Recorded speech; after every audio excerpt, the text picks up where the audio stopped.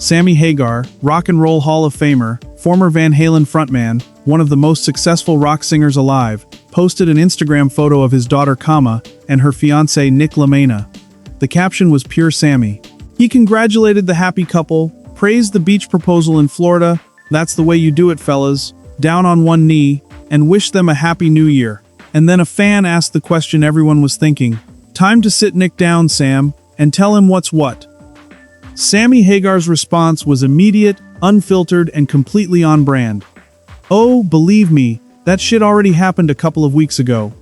That sentence, in 5 words, tells you almost everything you need to know about Sammy Hagar.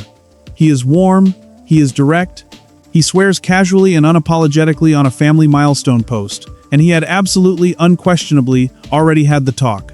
The man who spent years singing about driving too fast and rocking too hard had a quiet conversation with his future son-in-law weeks before the proposal, because that is the kind of father he is. This is the Sammy Hagar story, and it is, in almost every way, more interesting than you probably think. Samuel Roy Hagar was born on October 13, 1947, in Salinas, California, the same Central Valley city that John Steinbeck once called home. He grew up in a household touched by his father's alcoholism, an experience he has spoken about publicly and honestly as something that shaped his own relationship with excess and his eventual commitment to building businesses around responsible pleasure.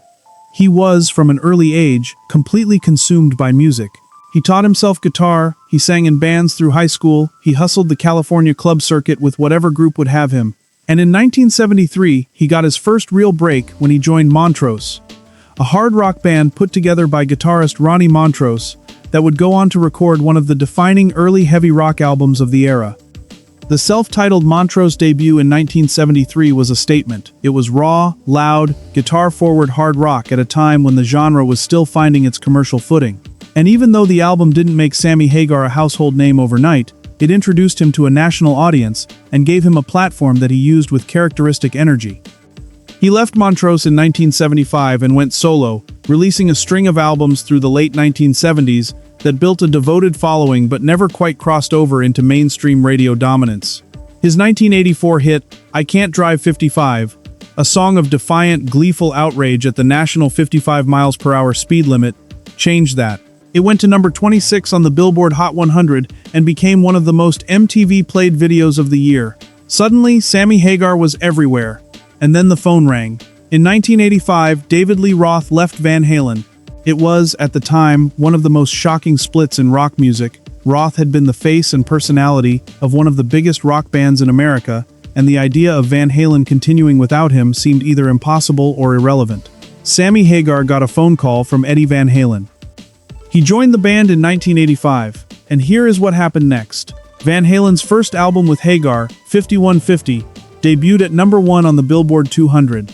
Their next 3 albums, OU 812, For Unlawful Carnal Knowledge, and Balance, also debuted at number 1.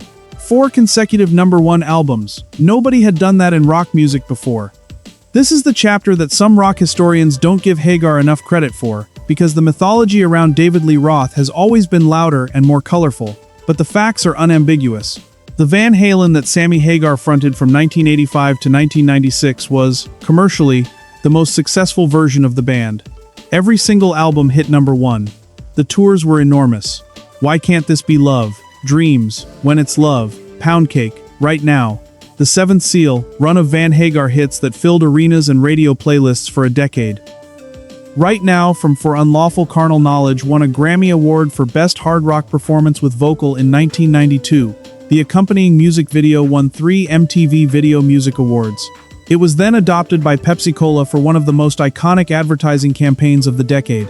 If you grew up in the early 1990s, Right Now is embedded in your cultural DNA, whether you know it or not. In 1996, Hagar left Van Halen, or was pushed out, depending on who you're talking to and when. The details of the departure have been relitigated many times over the years, with competing accounts from all parties.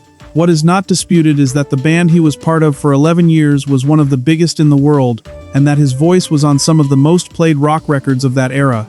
He has been a Rock and Roll Hall of Fame inductee since 2007, as part of Van Halen's induction. What makes Sammy Hagar genuinely unusual among rock musicians of his generation is what he built outside of music. In 1996, the same year he left Van Halen, he opened Cabo Wabo Cantina in Cabo San Lucas, Mexico, not a vanity project. A real restaurant and music venue that became one of the most popular destinations in the region.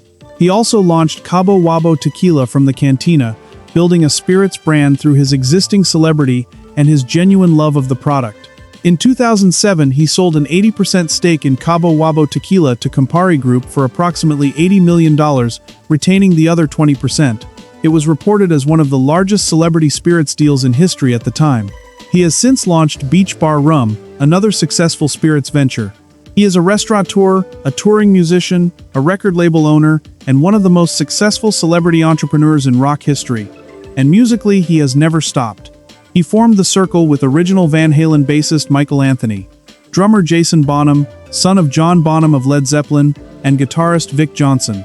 He formed the supergroup Chickenfoot with Michael Anthony, Chad Smith of the Red Hot Chili Peppers, and Joe Satriani. He has released solo albums, live albums, compilation albums, and collaborative projects at a pace that would exhaust musicians 20 years younger. He has been married to Sammy Hagar since 1995. They have 2 daughters, who runs an eco-luxury skincare brand and works as a holistic wellness coach, and Samantha, whom Hagar recently shared a video of discovering his early Montrose recordings on vinyl, playing Connection from the 1974 Paper Money album and telling her father, "You sound like you're 2 on this." He loved it.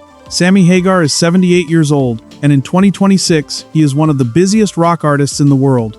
The Best of All Worlds Band, featuring Michael Anthony on bass, Joe Satriani on guitar, and Kenny Aronoff on drums. The 2024 tour was universally praised. USA Today called it a celebration of Van Halen's enduring legacy. The Las Vegas Review-Journal declared that the Van Hagar period is still on top of the world. The Arizona Republic noted that Satriani, standing in for the late Eddie Van Halen, more than lives up to the title of guitar hero.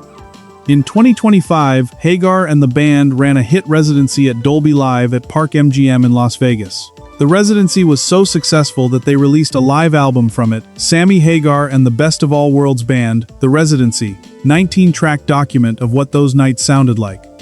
In 2026, they did it again. More US dates in June with special guest Rick Springfield, run that launched in St. Louis and wrapped in Maryland. And then, in July 2026, Hagar returned to the United Kingdom for his first UK tour in 30 years, including 3 nights at the newly opened British Airways ARC in London. He said, in announcing the UK run, "After waiting 30 years to come back, we really wanted to get this right. 30 years, and the show's sold out." The set lists are deep dives through his entire catalog: Montrose, Solo Sammy, Van Halen's biggest hits, Chickenfoot. The reviews keep saying the same thing: he sounds ageless. He can still sing. He is still, at 78, giving everything he has to a room full of people who came to see him. I keep coming back to that Instagram comment. Oh, believe me, that shit already happened a couple of weeks ago. There's a particular kind of rock and roll mythology that has always existed around the most successful musicians of Hagar's generation, a mythology of excess and recklessness and consequence-free living. And some of that mythology, for some musicians, is true. For Sammy Hagar, it has always been complicated. He doesn't drink anymore, he stopped years ago, largely motivated by his father's alcoholism and his own honest accounting of what alcohol does to people he loves. He has built not just a career but a family, a marriage that has lasted 30 years, businesses that require real discipline to run, a philanthropic life that includes significant charitable work in the Marin County area where he has long been based. He is, underneath the red hair and the rock and roll persona and the I can't drive 55 mythology, a man who had a quiet conversation with his future son-in-law a couple of weeks before the proposal. Because that is who he is. Because the daughters mattered more than the myth. His daughter Samantha, discovering his first recordings on a vinyl turntable, looking at the speaker and saying, "You sound like you're 2 on this," and Hagar posting it because it made him feel something. His daughter building her own career in wellness and sustainability, getting engaged on a beach in Florida, and her father's first public reaction being to talk about how proud he was of the man on one knee. These are not the details of a rock myth, they are the details of a life.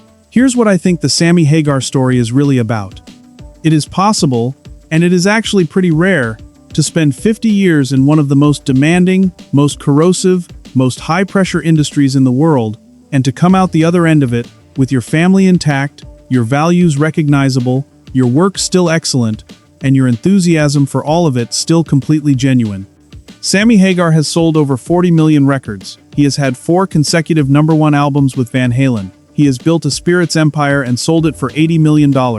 He is in the Rock and Roll Hall of Fame. He is 78 years old, on a UK tour that sold out, sounding ageless according to every review. And in 2021, he wrote, "That shit already happened a couple of weeks ago," on a photo of his daughter's engagement, because he had already sat down with the young man who wanted to marry her and made sure they understood each other.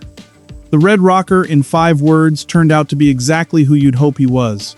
If you're a Sammy Hagar fan, drop your favorite era in the comments. Montrose? Solo Sammy? Van Hagar? The Circle? Let me know. Like, subscribe, and I'll see you in the next one.